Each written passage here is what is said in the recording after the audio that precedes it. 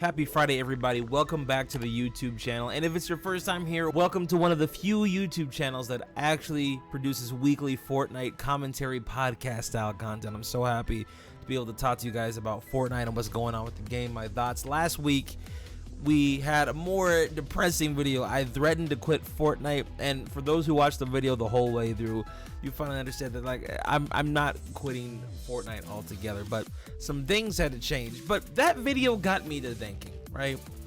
Last few videos that I've made that are like this podcast style content, it made me realize a lot of my Fortnite videos have been negative.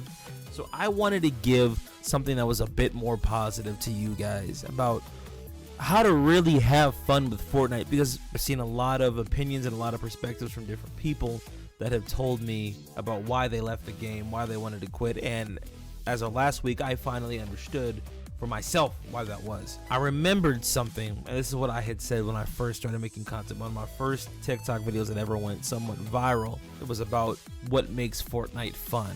Today, what I'm going to do for you guys, I have a list of 5 ways in which you can make Fortnite more enjoyable. If you're thinking about quitting or if the game's getting stale for you, these are the 5 most important, the 5 best ways that you can have fun with Fortnite again. And the last one is going to be the most important, so make sure you watch the video all the way through to the end. The first one, and I believe honestly this one's the most obvious, but it's playing with friends. The video that I made last year on TikTok that went viral talked about the people that you play with. The people that you play with are the ones that make the game enjoyable. If I wasn't playing with Joe, you know, like the way that we do, I would say that Fortnite would definitely not be as much fun. When you play with family or you play with friends, people who know you in real life, that seriously adds another layer of depth or enjoyment to the game. Even before Joe and I were playing super consistently, I had a squad that I would play with literally every day. It was me, my boy Cornbread, aka Terrence. You see them on the channel on my Twitch streams a few times, and then also the 2 Camerons. One of them I met at a debate trip to Seattle, and the other one I had actually met on PlayStation, and the 4 of us just kind of clicked and we just started playing together all the time. Also play with my friend Nate. You'll see him on the channel or on the live streams from time to time. Nate, oh my god. Nate, I'm not doing okay. I don't know how to hit this fucking button. I'm out, bro. Figure it out. And like playing with people and also having a good variety of people to play with is super important. Like, I'll even say this, and Joe and I talked about this recently, like sometimes you need a break from playing with the same person over and over again. And that kind of ties me to my next thing, which is that like I know a lot of y'all have told me that you don't have friends to play with. One of the things that I did was when I made my Discord, I did that so people had a place to find new friends and new people to hang out with and play the game with. In my community, we've had several people create new friendships with people that they didn't even know that they're now good friends with. They do projects together all the time. And that's number 2, is finding new people to play with. Keeping the game fresh is only gonna be possible if you're finding new things to do or new people to play with in game, man. I enjoy viewer streams and playing squads because I get a chance to actually run with you guys and see how my personality bounces off others. That's also why I like playing with randoms online too and doing it on stream. It's exciting. People also get excited the fact that, you know, you're a content creator. They get to see themselves live on the stream. Normally gets you a follow. Honestly, it's a good way to market yourself if you're a small content creator. Playing with randoms, it incentivizes people to check you out, which I think is cool. But most importantly, you meet new people that are super dope to play with. One of the videos that I posted a few weeks ago when the season first started was with me playing with randoms, and I loved it. So definitely, if you have not already, try playing with new people. If you don't have anyone new to play with, hit the link in the description or the pinned comment down below, and that will link you to my Discord. That'll give you a huge variety of people that you can play with. The community's still growing and still building, but see if there's anybody that's down in there to run with you. We got tons of people that join the community all the time that are looking for somebody to run with. The third way to make Fortnite fun again is challenge yourself. Me personally, one of the things that I did recently was starting to play more competitive, starting to play more tournaments. That was really fun for a while, but as you guys know from last week, it got kind of stale.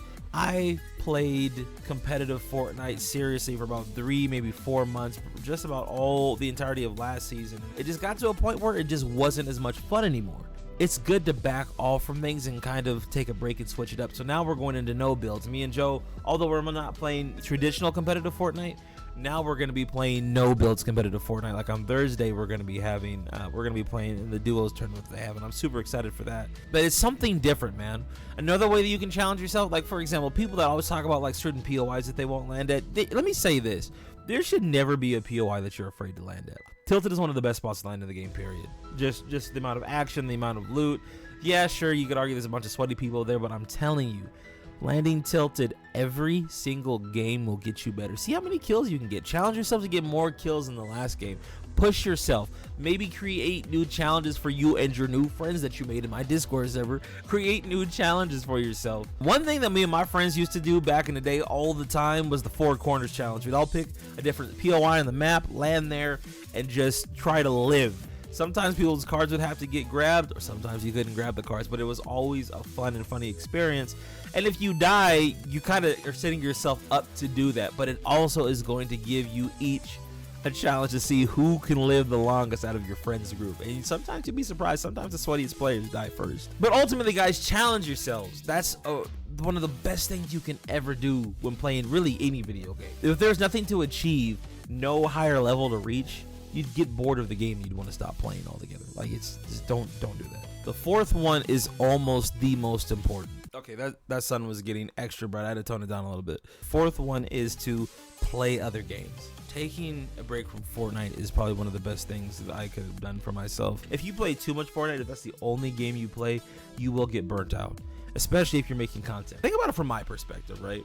I have at least 2 streams a week where I'm playing Fortnite for at least 3 hours. Then on top of that, in between those streams, I have to find clips, download clips, and edit clips to upload to TikTok. And then on top of that, I have to have 2 additional videos a week, long form content I have to make for you guys to put on YouTube every week. That is a lot of Fortnite. Most of my life, I spend more time making Fortnite content than I do my actual job, because when I'm at work, I actually am editing Fortnite videos for you guys to enjoy. Being a content creator is a lot of work, but more importantly, playing Fortnite and thinking about Fortnite and how to make better content for Fortnite all the time can be very taxing.